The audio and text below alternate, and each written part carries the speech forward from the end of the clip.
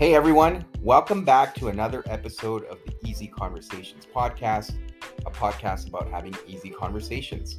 I'm your host, Furkan Daniel. In this week's episode, I'm excited to welcome Joelle Maletis. Joelle is a world-renowned international speaker, psychotherapist, and PTSD and trauma expert. Her passion is mentoring, coaching, and supporting people while overcoming struggles that keep them from living a meaningful and balanced life full of fulfillment, joy, and contentment. She helps individuals, couples, and families open the door for growth and understanding by creating a safe space in individualized plans using complementary therapies. Using reflective listening, strategic inquiry, and encouragement, she can provide feedback and interaction that allows clients to make informed, healthy, and compassionate decisions. Her career highlights include being a guest speaker on ABC's 60 Minutes, Beyond the Headlines, Switch YouTube live host, higher Vets Medallion Award recipient, and several outstanding achievement awards for top female executive. In this episode, Joelle and I discuss trauma's impact on our bodies. We also discuss polyvagal theory and the impact our vagus nerve has on our overall functioning, especially if we are not operating in homeostasis. We then discuss how trauma can show up in our parasympathetic, sympathetic, and autonomic nervous systems, which can be experienced as fight, flight, or freeze. You can find Joelle online at joellemaletis.com, and all her socials are available on the show notes. If you could leave a 5-star review at the end of this episode, I would truly appreciate it. Right, Joelle, welcome to the Easy Conversations podcast. Thank you for joining me today, and I really appreciate you reaching out and wanting to do this with me. So I'm super excited for the conversation. I've seen some of the work you do, so truly honored to have you on here. But before we get into our conversation today, I want to give you an opportunity to introduce yourself and let the listeners know what it is that you do and where you're based. Yeah, thanks so much for having me on. I've been really excited to start our new year talking about this specific thing that I know you will introduce in a minute. People can find me through socials, online. It's my name. I know you'll drop the spelling down in the show notes, but joellemaletis.com. It's a mouthful, and we put a lot of content up on YouTube and TikTok and Insta, so hopefully your listeners can find us there as well. Yeah. And then what is it that you do and the work you specialize in, and why are you so passionate about it? Oh my gosh. Let's see. I am a marriage and family therapist. I'm licensed in multiple states and have a trauma specialty clinic that is out of the Silicon Valley in California. And so we do a lot of things with first responders, with military, refugees, and anyone who's been experiencing trauma. And we have a multi-modality approach to that. And then in addition to that, I do a lot of podcasts and talks and training on how to work with trauma and post-traumatic stress.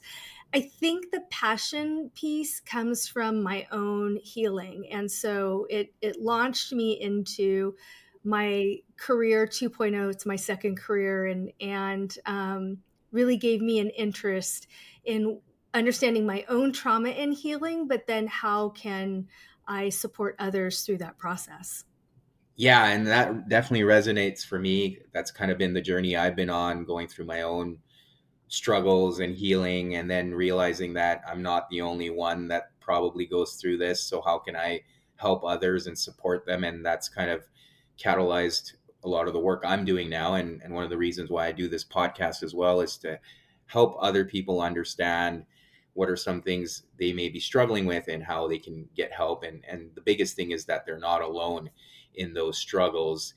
And I guess, kind of feeding into the conversation today around trauma, which is something that debilitates many people, and there's a lot of struggle around that. one of the things I've come to realize is we store that trauma often in our bodies, and that shows up in more somatic ways. And a lot of people don't necessarily realize that. But that's kind of where I wanted to ask you and talk to you about the polyvagal theory, which I've uh, kind of learned about a little bit, don't have a whole lot of experience with and understanding. So, yeah, just wanted to throw it out there and get your thoughts at the same time around trauma and why it shows up in different ways.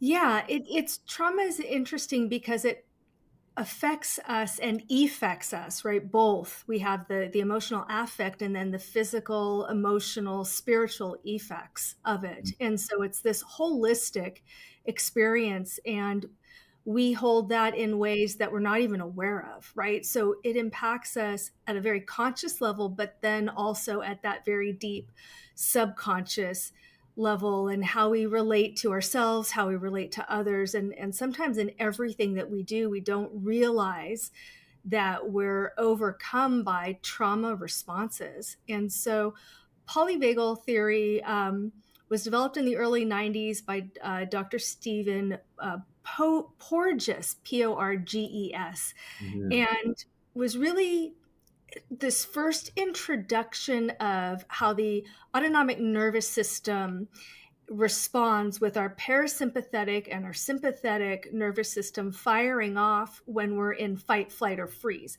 And Mm-hmm. so, with this theory, he was really looking at safety and how we hold this idea of safety, whether it's our physical safety or our emotional safety, and how that intersects with trauma, Mm-hmm. and then how that shapes our behavior and the way that we interact in the world, the way we interact with others.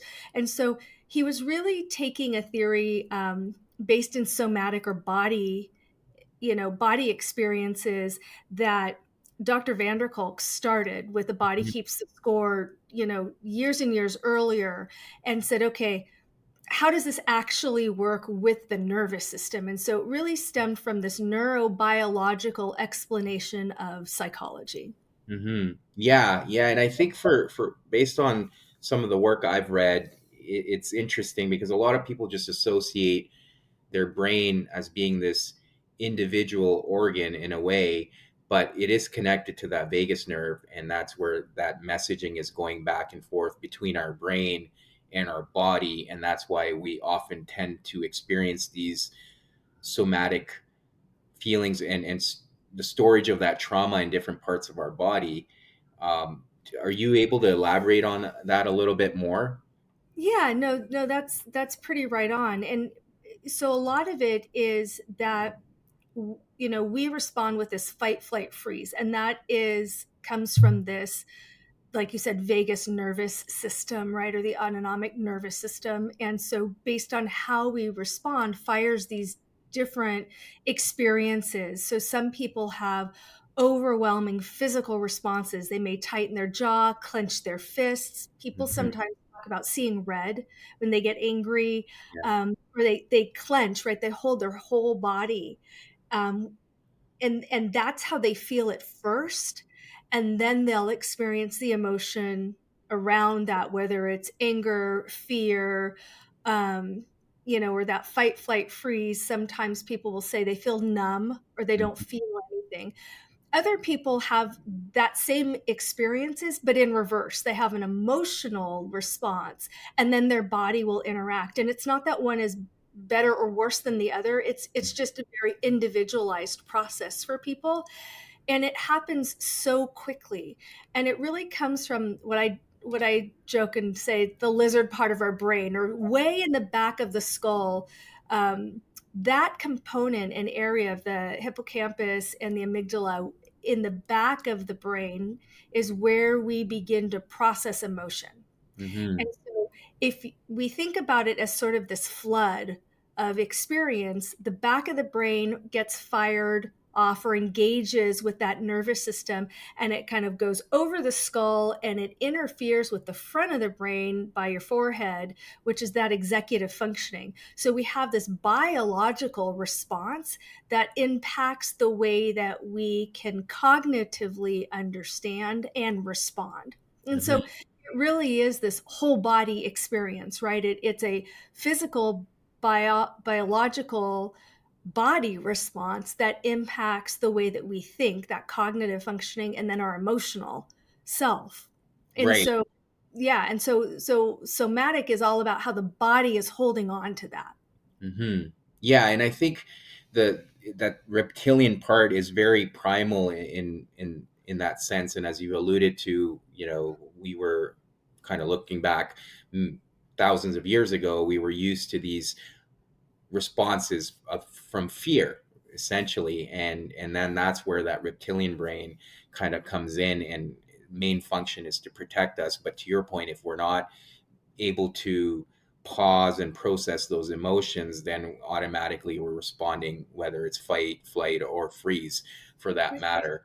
And then I think a lot of the times, I've heard people explain those somatic experiences differently. For example, a lot of people experience a tightening in the chest, back issues. I think for me, it was a lot in the shoulders. And I think the more aware you become of the trauma or even your own emotions, what I've experienced is I can now tell those sensations in my body. It's like, okay, what's going on? Am I stressed? Am I uh, carrying some emotions that need to be processed? Is that typical for people that start becoming more aware of some of those emotions or trauma that have been not that haven't been processed, for that matter? Yeah, it's very common. A lot of times people will say, they talk about feeling panicked or having Mhm. a panic attack, and they'll give the same kinds of or similar symptoms as people experiencing a heart attack. Mm. And so it's very difficult sometimes to know what's going on. Is it a physical response being generated by something happening in the body, or is it a physical response being generated by something that's happening emotionally? And that isn't to say that people are making it up. That's not what I'm suggesting at all. It's that the body holds trauma and we don't necessarily have memory of that. Mm. And so the body will hold on to it, and then the body starts responding to trauma in a way to sort of, signal the alert of like, okay, emotional brain, pay attention to this, right? I'm stressed, I'm anxious, I'm afraid. And so sometimes the body's response comes out in pain, illness, fatigue, tension, and a lot of GI issues. People report, having stomach issues, and the body doesn't have a way to tell us what's going on, right? Mhm. So it only reacts the way it knows how. And what happens is our brain starts to interpret that based on how we feel about it. Well, I don't feel good, and now I'm stressed out, or I'm stressed out and now I don't feel good. And we don't necessarily tap into that subconscious of, well, maybe there's something underneath that. Mhm. So it's self-preservation. So it makes a lot of sense when we think about it, right? Is we don't necessarily want to relive traumatic experiences. We don't want to think about it. So we compartmentalize or push it off to the side. Our body holds Right. on to that though. Right? So our Mhm. body's still trying to work through that and process it, and our brain is actively trying to suppress it so it Mhm. doesn't exist, so we don't have to go through it again or feel it again, right? Because it was traumatic. And so, it's our body's way of protecting itself. Absolutely. Yeah, and I know you alluded to the book by Bessel van der Kolk, Yeah. The Body Keeps the Score. And I know in the book he also talks about different ways of processing that trauma, whether it's meditative practices or yoga, or even in certain cases, he suggests role playing of reliving that story. What are some ways that you offer or suggest to the people you work with in terms of dealing with that trauma that may be stored in the body? And I guess, first of all, it's even becoming aware of it, and how do people bring that to awareness? Yeah, I mean, all good questions and also all great suggestions. First and foremost, it is a very individualized process. So what Mhm. works for you, what works for me, may not work for someone else. And so, unfortunately, it's the painful process of trial and error to find what's going to work right now. And Mhm. that feels defeating, I think, sometimes. It certainly did for me until I figured out how that was going to work, and what was the key ingredients sort of for my healing. And it does start with, I just want to feel better right now. How do I work in this moment right now? And I like, as a therapist, to start there. So I really start with post traumatic growth, that theory, which is all about not and so what, who cares. So what does that mean for me right now? How do I stay present and move forward without dismissing or invalidating all of my experiences? Mhm. So I like to start there, and I like to also use solution focused therapy and skills based therapy. So I really start with, let's just take a look at what's going on for you today, Mhm. and how's your daily functioning working. And then once we have some skills, it's almost like rebuilding a foundation. I can't take away somebody's defense mechanisms, right? Or tell them, hey, throw all of this out, because it doesn't work. We go Mhm. into that fight, flight, freeze, and we re-traumatize either ourselves or other people. And so what we want to do, in my opinion, is develop skills first and then slowly ease into working through the trauma. And Right. that way, when I'm feeling triggered or I'm feeling that trauma response in my body, I'm feeling it emotionally, I've got some skills to help pull me out of that experience, right? So I Yeah. slowly can start to unpack the trauma and then reintegrate it. So there's all different kinds of theories: mindfulness, meditation, breathing, dialectical behavior, or DBT, is all Mhm. about the Eastern philosophy and Western psychology with this mindfulness, breath work, and meditation. They all work in different pieces of all of these theoretical orientations Mhm. work. So it's finding the right combination, I think. Right. Yeah, and to your point, everyone's different when it even comes to finding that right modality or methodology of dealing with the trauma, and it's finding that right fit. And then to your point, with solution focused therapy, just for the listeners, I think there's an aspect of the client gaining more agency because you're able to move away from the problem and I mean, the problem's important, but it's focusing on the solutions and coming up with those narratives yourself as a client. And I think that's why solution focused therapy can be so powerful, because the client themselves can, or themselves can have more agency for that matter. Yeah, and I think it's not it's not a one model, one size fits all. So Mhm. it's not that, oh, you as the client like solution focused therapy, so we're always going to stay with that. Right. It's a place for me to start to give, like you said, someone agency. And for some people, the label is very important: quote, victim, survivor, thriver, right? These are, for other people, that's not important at all. And so the solution focused part is moving into a place of agency. How Hmm. can I take some agency over what's happening to me or what has happened to me, right? Without moving into this forgiveness model, which is more of a Judeo Christian concept. Uh, Hmm. and that works for some people, it doesn't work for others, right? Right. So really moving people into agency to start to understand how they're responding in their present moment, then kind of going backwards and saying, okay, let's start to tease out where that comes from. Hmm. Yeah, absolutely.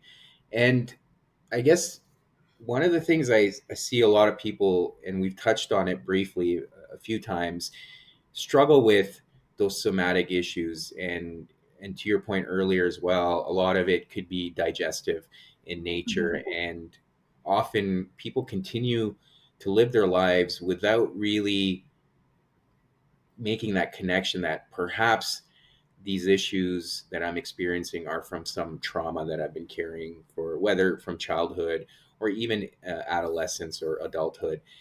What are some of the tips you can offer to people that are experiencing these issues but haven't been able to make that connection, or are too fearful to even face that trauma because of what may come up from it?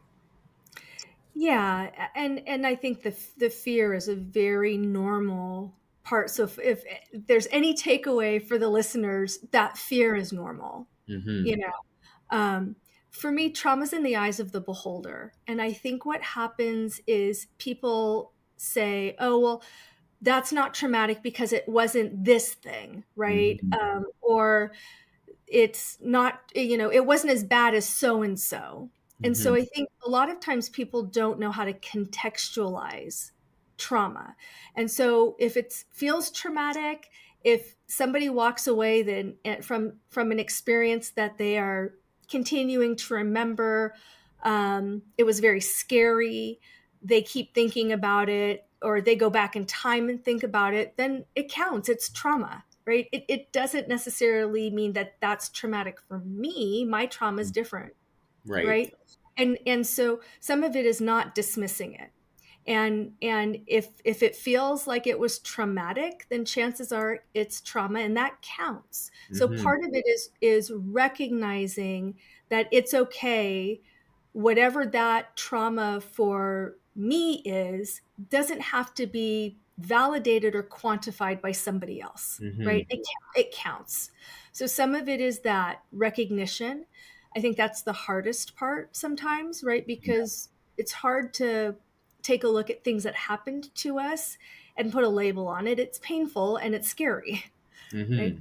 And so for me, that's where I like to start. And then skills, there's a lot of things. So I really like breath work. And so sometimes what I'll ask people is just notice when you're driving a car, right? Notice where your shoulders are. Are they up to your earlobes? Are you holding your body really tightly? Are you Mm-hmm. clenching your jaw?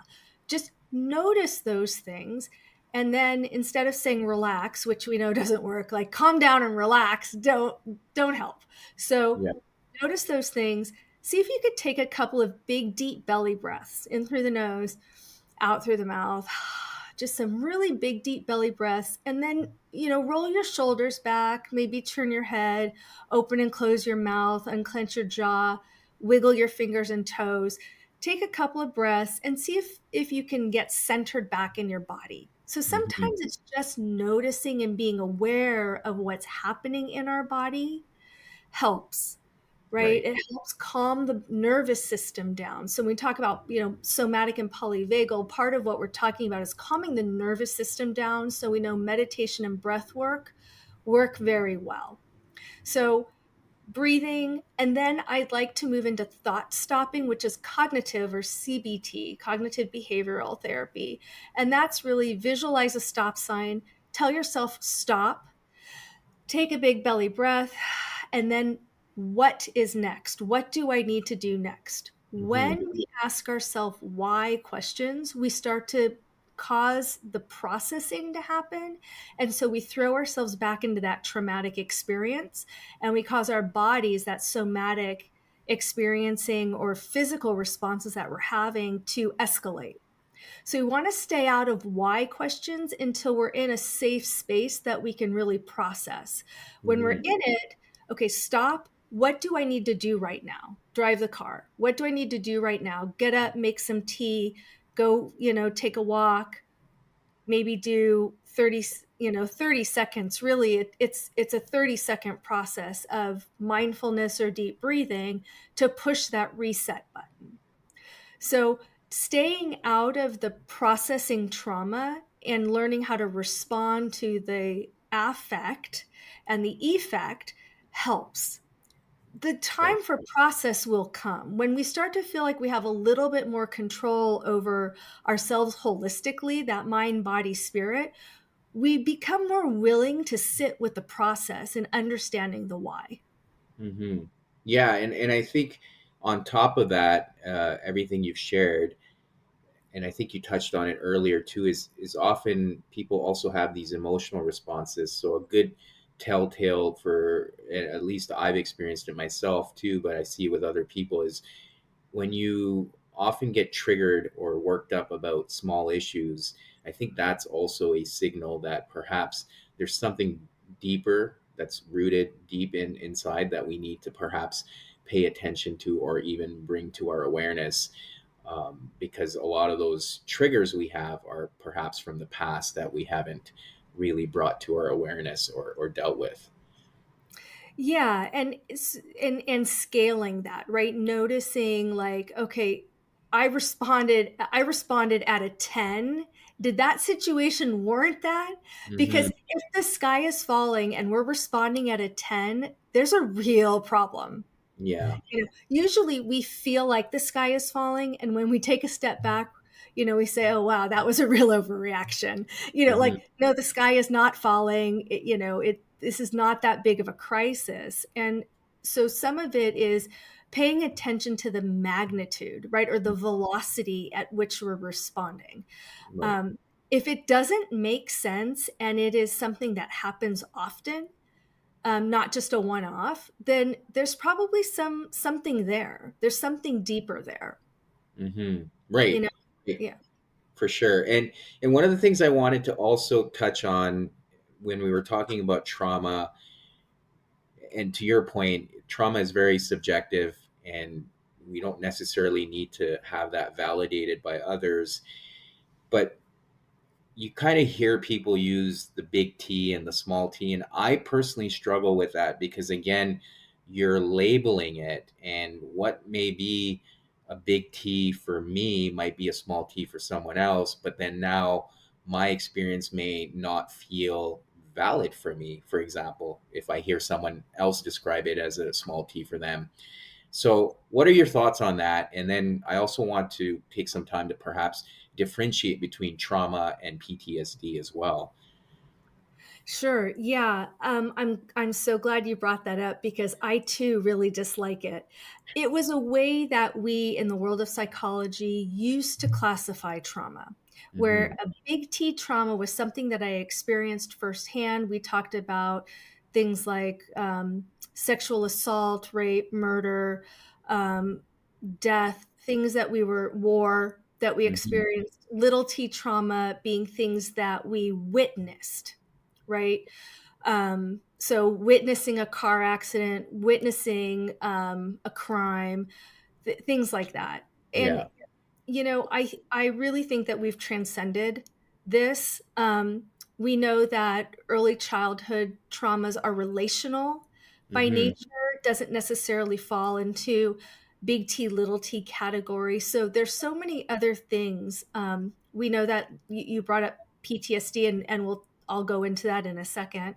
Hmm. Um, we know that trauma is not just for veterans or military Right. anymore. And so I think when we try and put big T, little t camps, we dismiss and we invalidate what people's experiences are. Because again, someone's childhood may be extremely traumatic for them.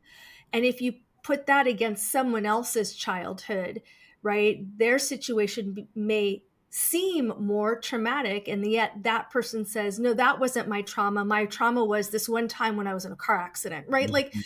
it's apples and oranges. And so I Right. think that it's very dismissive. Um, and I don't see it that way. That's why I say trauma's in the eyes of the beholder. Yeah. You know, And just to add to that, sorry to interrupt, but I think what happens also is it causes a lot of people to also deny their experience, right? And I've seen it with so many people that they're like, oh, my childhood was normal. I mean, I had a functional family, my parents were together, lived in a good neighborhood, so I didn't have trauma. And then they create this denial because they're comparing themselves to other people's childhood and experiences. So that I think is also an issue, and for a lot of people that may have experienced trauma, they're probably not bringing it to their awareness. Absolutely. And when I start interviewing people and talking, training clinicians, talking to clients, one of the things that is really interesting is they'll say, "Oh, I had great parents. I had a wonderful childhood. I had this coach." Ah, really? Interesting, because we don't put that in the big T, little t camp, but we know that coaches can be detrimental to someone's psyche. Hmm. Right? Look at what's happening in the NCAA right now with, Yeah. toxic coaching. And so, um, there's so much that I think we overlook, you know, that, yeah, I was almost rear-ended in a car and my whole body seized and responded as if I was going to be hit, and then I wasn't. Well, that's not necessarily big T or little t trauma. Our body remembers that. And so Mhm. if that's ever happened to you, every time you get to a stoplight and you look in your rearview mirror, you have this response of, oh my gosh, I might be hit again. Right. Even though I was never in a car accident before, our body's going to respond to that. So every time that happens, that response is solidified over and over, and it gets bigger and bigger because we remember how we felt the last time we experienced it, not the original memory. So it Hmm. continues to grow because we're remembering how we feel in this moment right now.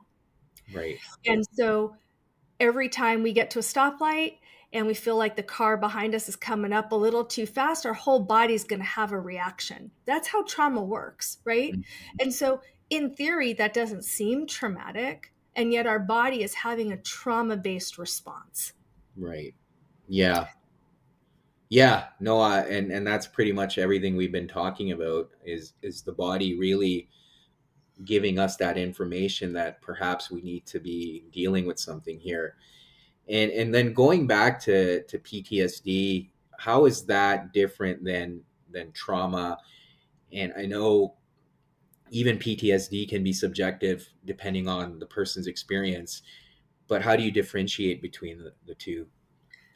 Yeah, I mean, if we take that example, right, with the car and almost being rear-ended, really that's a post-traumatic stress response, Hmm. right? We have a stressor where we think we're going to get rear-ended and hit by a car. Our body has a response. We have an emotional response. We probably get angry, cuss out the person behind us, right? Then we move into fear. So we have a physical response. We have an emotional response. Some people have a existential or spiritual response. And Hmm. so what we're experiencing is post traumatic stress or PTS. Hmm. When we talk about D, what we're talking about is disorder, and that's based on DSM or diagnostic criteria. Hmm. And so the way I think about it is D disorder means it affects my daily life and living. So Hmm. when it affects my daily functioning, that becomes an issue. Right. So, is it normal for us to have post traumatic stress responses? Absolutely. Right. And so, trauma and PTS and then PTSD are really not um, mutually exclusive. You could have trauma responses and never develop PTSD, right? Um, and you can have post traumatic stress disorder and not realize what the trauma was. That's unusual and that it doesn't usually work that way. Most people are pretty aware of their trauma. Sometimes people will have overwhelming PTSD responses in life, emotionally and physically, and it takes a little uncovering to figure out what the trauma was before that diagnosis is given. Hmm. So PTSD is really a diagnostic criteria. And if we take that out and we just look at this post traumatic stress response, our body's doing what it's supposed to do. It moves into fight, flight, freeze. It has a response. It gears us up to make sure that we're protecting life and limb. Hmm. And then we move into an emotional response, right? And for some people, they're able to develop resiliency and move through that. And other people are compartmentalizing and have a much harder time moving through it. And for some people, it gets in their way of their functioning. Right. Yeah, and to your point, I think, and everything we've covered thus far, there's different components to the trauma as well, right? There's an aspect of fear, there's an aspect of grief, there can be an aspect of anger. Now, one of the things that I've learned recently is often it's easier to break those components apart and deal with them one at a time and process it. Whereas, when you're trying to take all of it together, it can be overwhelming and hard to deal with all at once. But by breaking it into smaller components and processing each one individually, I think it's a lot easier, relatively speaking. But it's not as daunting either, right? When you're kind of looking at it all at once. Yeah, and so that's part of why I like to work with skills, because usually when people are coming to therapy or they're starting to seek treatment, what they're looking for is, I want to feel better right now. Hmm. And so, okay, let's look at the skills first. Some of the outward pieces, right, or the lower hanging fruit start to evaporate as Hmm. we learn skills and we start to talk through and deal with our trauma. Some of the pieces that have bothered us every day start to resolve. Right. The other pieces are things that we have to work through. And yes, for some people, it's much easier to take one bit at a time. um, I've also had, clients come in where they've done a lot of trauma work already, and they Yeah. come in and they're like, I'm getting stuck. I've plateaued. I don't know why this is. And they're ready to just like blast through the rest of it. And they want to do it all at once, you Yeah. know? So, I think it's where people are in the process. And so I really hesitate starting with, okay, let me understand everything that's happened, replay the whole narrative, or what we would call the story. It's not a dismissive term. Right. Replay the incident and what happened. I hesitate going there with people in the beginning if they're unwilling to, Hmm. because it does open all of the trauma back up. I'd rather say, okay, where are you getting stuck? Like, well, Hmm. I'm having a hard time getting along with colleagues. I'm quick to anger. I've got a lot of road rage. And then I have a tremendous amount of shame and guilt. And I do this shoulda, woulda, coulda. I keep myself up all night. I'm not sleeping. It's like, Hmm. okay, that's a lot of information. What part do you want to start with? Well, I'd like to get more sleep. Ah, okay, cool. Let's start there. Hmm. And then I can back my way into, now let's really look at the trauma of how you got to what I'm looking at when this person's coming in with all of that, of wow, that's a lot of protective behaviors, a Hmm. lot of self-preservation. Okay, that makes sense to me with trauma, right? Of course we want to protect ourselves. We're going to develop this shell, and Hmm. anger keeps people away, right? It Yeah. keeps them safe.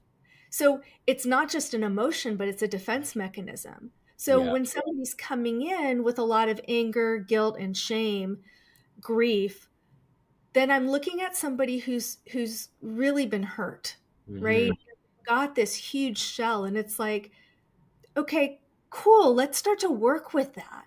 What Yeah. can we start to replace that with? Because eventually that underbelly is going to start to show itself. Yeah. Yeah. And I appreciate that. I think kind of approaching it in smaller pieces, as we've said already, is easier because quite often, to your point, the guilt, the shame and anger, they all feed each other, right? You'll kind of go through that cycle. It'll start off with guilt, then you'll experience shame, and then you experience anger, and that kind of reinforces itself. So by breaking that cycle, you're also putting yourself in a position of being able to deal with all those emotions that come up, for individuals. Yeah, and I realize, when people are listening, it's like, oh, it just is so easy, just snap your fingers. And like, it is not easy. It's very simple concepts, right? Hmm. These are simple concepts. In no way is it easy. It's Right. hard, it's painful, we regress, right? We don't progress, and it's frustrating. Like, there's all of this stuff, and normalizing that, right, whatever your personal process is important, because skills are not easy. It takes 6 to 8 weeks doing the exact same thing at the exact same time over and over and over to make a behavior change, which is virtually impossible to isolate all of the variables to do that, right? It's why it takes us so long to change our behavior. So having some patience and grace with oneself helps, right? Yeah. Because it's very, very painful. And my trick is I actually have a heart-shaped sticky note, but if you look at my desk, I have sticky notes everywhere. Um, and so a lot of it is skills based. Mm. So my favorite one I actually stole from my director. It's wait, why am I talking? So I have a lot of acronyms and notes to myself that help me when I'm struggling, remembering the skills to be grounded, that help get me back, Mm-hmm. to myself. The deep breathing. And then the other one that I really like is from EMDR, eye movement Yeah. rapid desensitization, but there's a tapping program that is based in EMDR that helps slow the heart rate and helps get us present.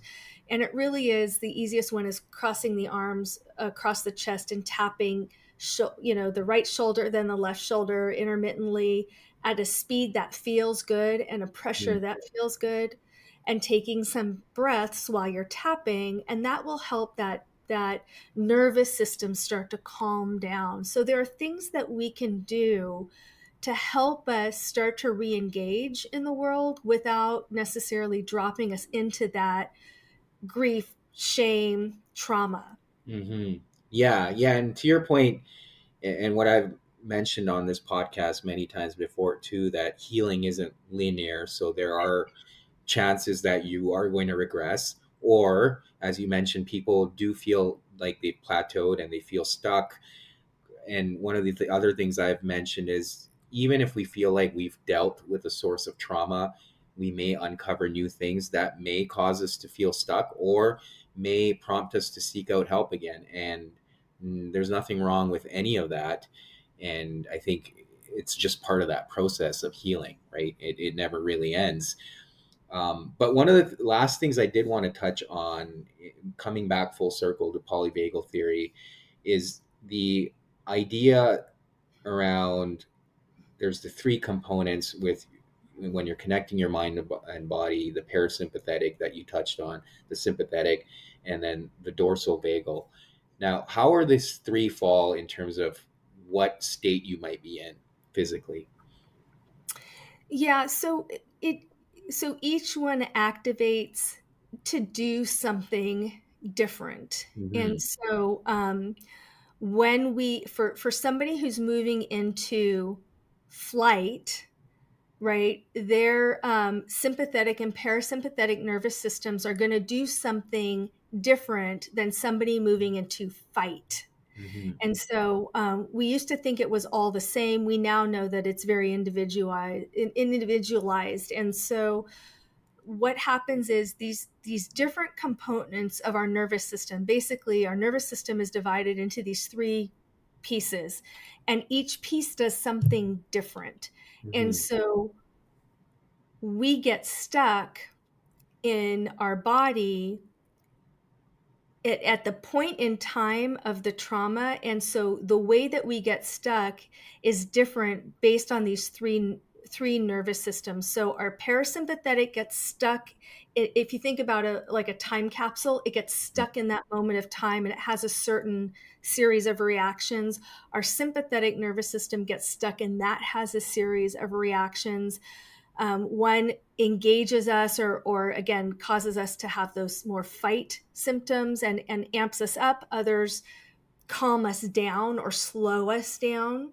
And then our dorsal or vagus nervous system gets stuck. And so when we talk about trauma getting stuck in the body, we're really encapsulating what our body's totality, what our whole experience was in that moment. And so sometimes it's very difficult to pick apart all of those different pieces. So we start to generalize a little bit and say, okay, our nervous system is having this reaction, and then our body is manifesting those reactions in these symptoms, right?